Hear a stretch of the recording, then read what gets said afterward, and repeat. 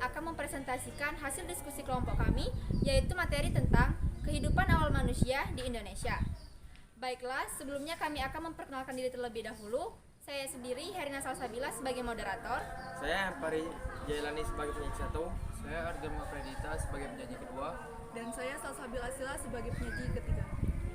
Baiklah, langsung saja kita masuk ke materi yang pertama. Terima kasih kepada moderator. Sini saya akan menjelaskan materi tentang masa berburu dan mengumpulkan makanan. Kehidupan manusia purba pada periode berburu tingkat sederhana ketika bumi masih berada di masa Pleistosen. A. Kehidupan sosial dan ekonomi. Manusia purba pada berburu dan mengumpulkan makanan sederhana, hidup berkelompok dan melakukan pembagian tugas. B. Budaya dan teknologi. Manusia yang hidup pada masa berburu dan mengumpulkan makanan belum memiliki budaya dan tingkat teknologi yang tinggi. Peralatan hidup yang dihasilkan pada masa ini masih sangat sederhana, seperti 1. Kapak pembilas, 2. Alat serpit, 3.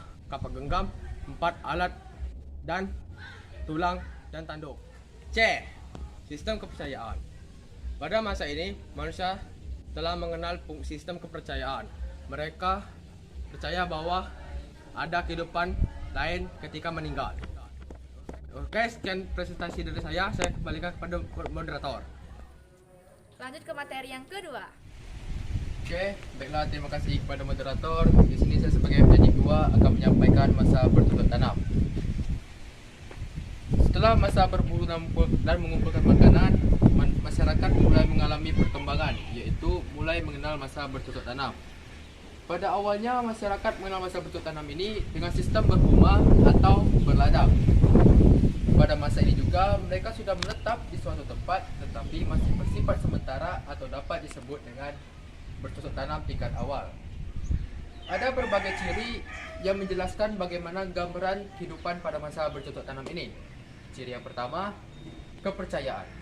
Sistem kepercayaan pada masa ini dapat dibagi menjadi dua hal, yaitu animisme dan iranisme. Kepercayaan animisme adalah kepercayaan yang meyakini bahwa benda-benda tertentu memiliki roh-roh nenek moyang. Contoh dari animisme adalah upacara panen kenduri yang memanggil roh pertanian.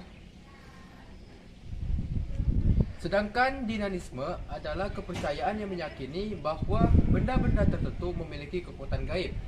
Contohnya ialah batu besar, pohon besar, dan sebuah jimat. Ciri yang kedua, sosial. Dibagi menjadi tiga hal. Yang pertama, pada awalnya masa bercocok tanam dikenal dengan sistem berhuma, yaitu teknik bercocok tanam dengan cara membersihkan lalu menanaminya. Yang kedua, sudah menetap di suatu tempat, mereka tinggal di rumah tersebut. Dan yang ketiga, sudah hidup secara berkelompok di sebuah pemukiman yang dipimpin oleh seorang kepala suku. Ciri yang ketiga, teknologi dan kebudayaan. Peninggalan teknologi dan kebudayaan pada masa ini sangatlah beragam, baik itu terbuat dari tanah liat, bebatuan, dan bahkan tulang. Contohnya ialah kapak ojong, gerabah, perhiasan, dan bangunan megalitikum yang berupa sarkofagus, dolmen, dan sebagainya. Ini yang terakhir, ekonomi. Pada masa ini, manusia sepenuhnya tidak lagi bergantung dengan alam, tetapi mereka sudah mampu mengolah alam untuk memenuhi kebutuhan hidupnya. Kebutuhan makanan dipenuhi dengan cara membabat hutan dan semak belukar lalu ditanami kembali sehingga terciptalah sebuah sistem pertanian. Pada masa ini juga masyarakat sudah mampu menciptakan sebuah peternakan dengan menjinakkan hewan-hewan buruan mereka.